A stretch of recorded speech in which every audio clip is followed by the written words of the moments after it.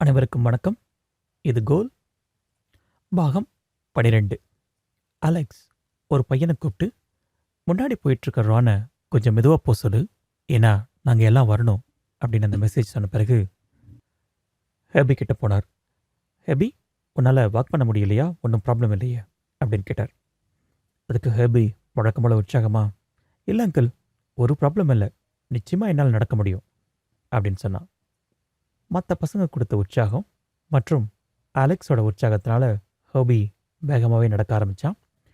இப்போ ஹேபி எல்லாத்துக்கும் கடைசியாக வரல, வரிசைக்கு ஓரளவுக்கு நடுவில் வந்துட்டான்.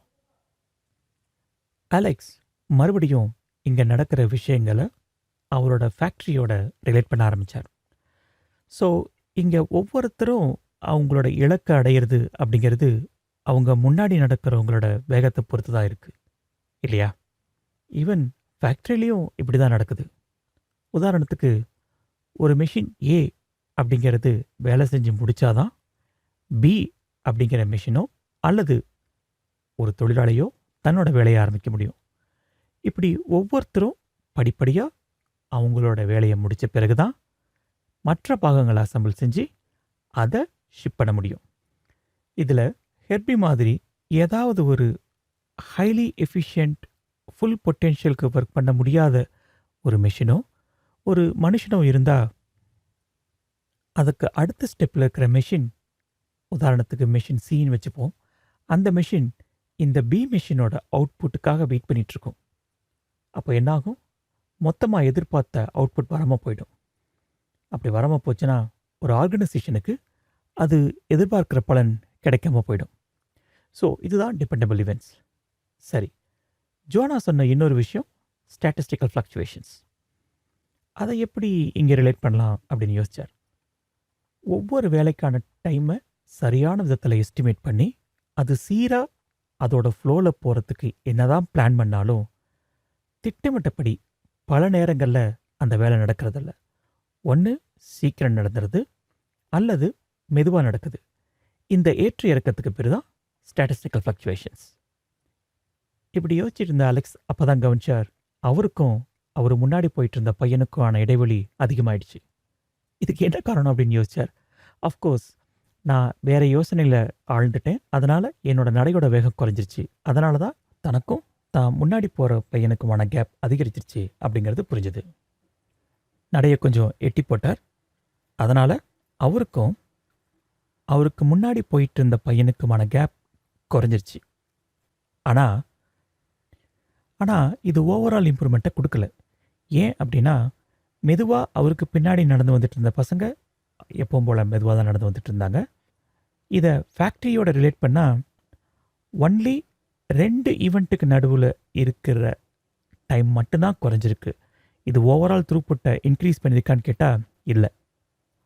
அப்போது ஒரு ஃபேக்ட்ரியில் மொத்தமாக த்ரூபுட்டை இம்ப்ரூவ் பண்ணணும் அப்படின்னா வெறுமனே machine B and machine C அல்லது machine D and machine E இந்த மாதிரி 2 ஈவெண்ட்டுக்கு நடுவில் இருக்கிறத மட்டும் இம்ப்ரூவ் பண்ணி பிரயோஜனம் இல்லை. ஒவ்வொரு ப்ராசஸ்லையும் ஃபோக்கஸ் பண்ணி அந்த ஒவ்வொன்றையும் இம்ப்ரூவ் பண்ணால் மட்டும்தான் தேவையான த்ரூபுட் அச்சீவ் பண்ண முடியும் அப்படிங்கிறது அலெக்ஸ்க்கு புரிஞ்சுது. அப்படின்னா ஓவராலாக ஒரு ஆர்கனைசேஷனில் இந்த மாதிரி டிபெண்டபிள் ஈவெண்ட்ஸ் இருக்கும்போது கான்ஸ்டண்ட்டாக ஒருத்தர் எஸ்டிமேஷன் ரீஎஸ்டிமேஷன் கண்டினியூஸாக பண்ணிகிட்டே இருக்கணும். அங்கே நடக்கிற ஏற்ற இழக்கத்துக்கு தகுந்தாற் போல், இல்லைன்னா எதிர்பார்க்குற த்ரூபுட் வராது அப்படிங்கிறது அலெக்ஸ்க்கு புரிஞ்சுது. உதாரணமாக இந்த ஸ்கவுட் ஈவெண்ட்டில் ஹேபி மற்ற பசங்களோட வேகத்துக்கு மேட்ச் பண்ணுறதுக்காக சில நேரம் அதிகமாக எனர்ஜியை செலவு பண்ணி வேகமாக ஓடுறான், மூச்சரிக்க மற்ற பசங்களை ரீச் பண்ணுறான். அதுக்காக அவன் ஸ்பெண்ட் பண்ணுற எனர்ஜி நார்மலை விட ரொம்ப ரொம்ப அதிகம். ஆனால் அவனால் அதை ரீட்டைன் பண்ண முடியுதான்னு கேட்டால் இல்லை. ஏன்னா over a period of time பார்த்தீங்கன்னா மறுபடியும் அவன் கடைசிக்கு போயிடுறான். அப்போ கான்ஸ்டன்ட் எஸ்டிமேஷன் அண்ட் ரீஎஸ்டிமேஷன் ரொம்ப முக்கியம் அப்படிங்கிறது அவருக்கு புரிஞ்சுது. ஒரு சீரான வேகத்தில் போகிறது அப்படிங்கிறது ஹேபிக்கு மட்டும் இல்லை, எல்லாருக்குமே ஒரு பெரிய சேலஞ்சு தான். ஏன் அப்படின்னா மற்ற பசங்களும் கூட தன்னோட முதுகுப்பை அட்ஜஸ்ட் பண்ணணும். சப்போஸ் ஷூ லேஸ்கள் இருந்தால் அதை கரெக்ட் பண்ணிக்கணும். சில நேரம் ஏதாவது இன்ட்ரெஸ்டிங்கான சைட் சீயிங் வந்தால் அதை பார்க்குறது, அல்லது பக்கத்தில் இருக்கிற பையன் கூட ஏதாவது இன்ட்ரெஸ்டிங்கான விஷயங்களை பேசிட்டு வருது.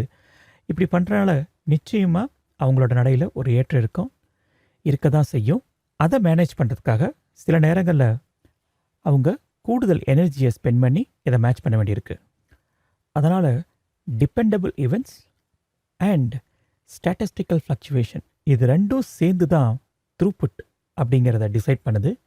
அந்த த்ரூபுட்டை பொறுத்து தான் எந்த ஒரு ஆர்கனைசேஷனோட லாபமோ நஷ்டமோ அமையுது அப்படிங்கிறது அவருக்கு ரொம்ப தெளிவாக புரிஞ்சுது. அடுத்து இன்வென்ட்ரி பற்றி யோசிக்க ஆரம்பித்தார். எல்லாருக்கும் முன்னாடி நடந்துகிட்ருக்க ரான் தான் ஃபேக்ட்ரியில் இருக்க முதல் இன்புட், இன்வென்ட்ரியோட ஸ்டார்டிங் பிளேஸ். இந்த கதையை கேட்டுட்ருக்க உங்களுக்கு தோணலாம், என்னடா அது, ரான் எல்லாருக்கும் முன்னாடி போயிட்டுருக்கான், அவன் தான் ஃபினிஷிங் லைன், அவனை ஏன் ஃபேக்ட்ரியோட இன்வென்ட்ரியோட ஸ்டார்டிங் பிளேஸ் அப்படின்னு யோசிக்கிறார் அப்படின்னு.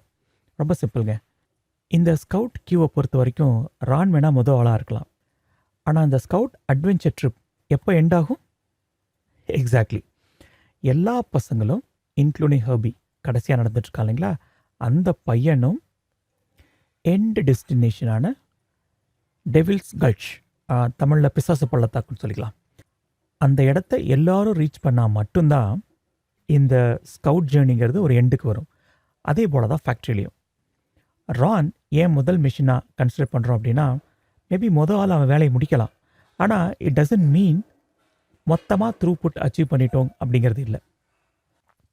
எப்போ ஹர்பியும் அந்த ஃபைனல் டெஸ்டினேஷனான பிசாசு பள்ளத்தாக்கு அடையிறானோ அப்போ தான் இந்த மொத்த ஜேர்னியும் முடிஞ்சுது.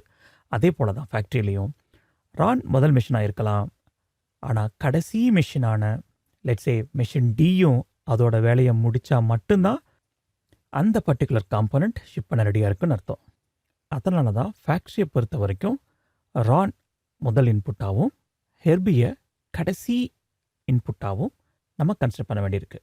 இந்த ஓவரால் ப்ராசஸ் நடக்கிறது தான் ஃபேக்ட்ரியை பொறுத்த வரைக்கும் இன்வென்ட்ரியை ஹேண்டில் பண்ணுற இடம், ரைட்? சரி, வாங்க நம்ம கதையை கன்டினியூ பண்ணுவோம்.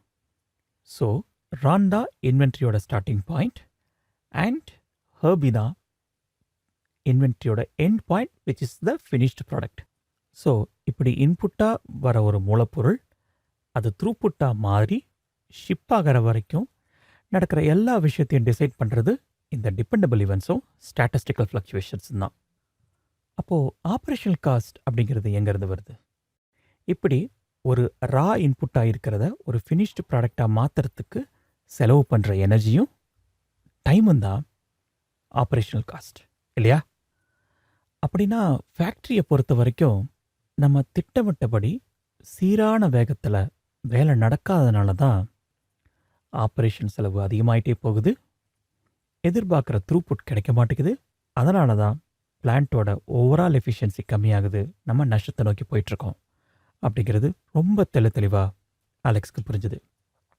அப்படின்னா இன்வென்ட்ரி இன்புட்டாக கிடைக்கிற இடத்துல இருந்து அதை அவுட்புட்டாக மாறுற வரைக்கும் நடக்கிற எல்லா டிபெண்டபிள் ஈவெண்ட்ஸையும் ஸ்டாட்டிஸ்டிக்கல் ஃப்ளக்சுவேஷன்ஸையும் ப்ளஸ் ஆப்ரேஷன் காஸ்ட்டையும் ஒரு கண்ட்ரோல்குள்ளே கொண்டு வந்துட்டா எல்லாமே ஸ்மூத்தாக நடந்துடும். இப்படி யோசிச்சதுமே அலெக்ஸ்குள்ளே ஒரு பெரிய உற்சாகம் பீரிட்டுது. இப்படி யோசிச்சுட்டு இருந்த அலெக்ஸ் தூரத்தில் பார்த்தா ரான் ஆணி அடித்த மாதிரி ஒரே இடத்துல நின்றுருந்தான். ஹேய் ரான், என்னாச்சு அப்படின்னு சத்தமாக கேட்டார்.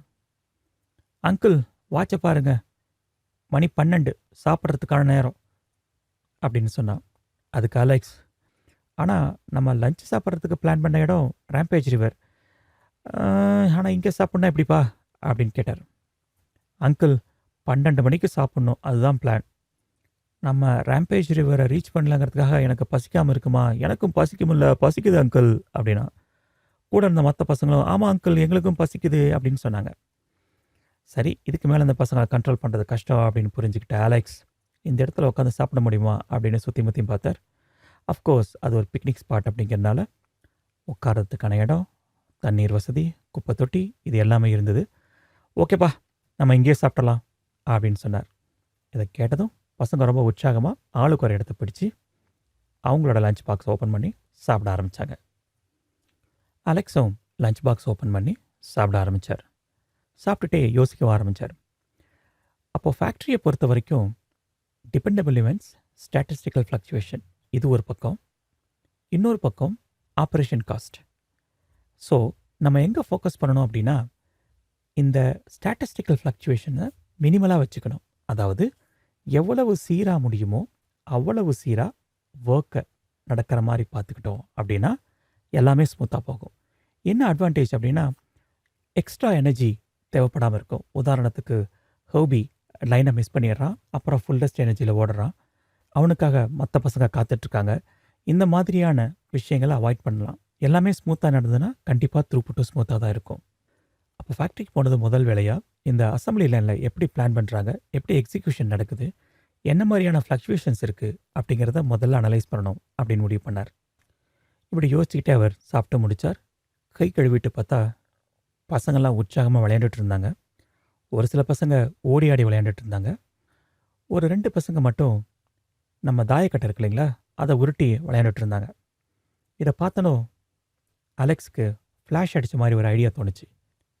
ஃபேக்ட்ரியில் என்ன மாதிரியான ஸ்டாட்டிஸ்டிக்கல் ஃப்ளக்சுவேஷன் நடக்கிறது அப்படிங்கிறத ஏன் இந்த டைஸை வச்சு ஒரு சிமுலேட் பண்ணி பார்க்கக்கூடாது அப்படின்னு தோணுச்சு. அவர் என்ன பண்ணார்? அடுத்த அத்தியாயத்தில். ரொம்ப சாரி மக்களே, என்னால் தொடர்ந்து வீடியோக்கள் போட முடியல. எக்கச்சக்க ஹெவி ஒர்க்கு. இன்றைக்கி எப்படியாவது வீடியோ அப்லோட் பண்ணியே ஆகணும் அப்படிங்கிறதுக்காக தான் இந்த short video. Next video we will make it really long. In fact அடுத்த வீடியோவில் விஷுவல்ஸும் இருக்கும். ஸோ தயாராக இருங்க. மீண்டும் சந்திப்போம்.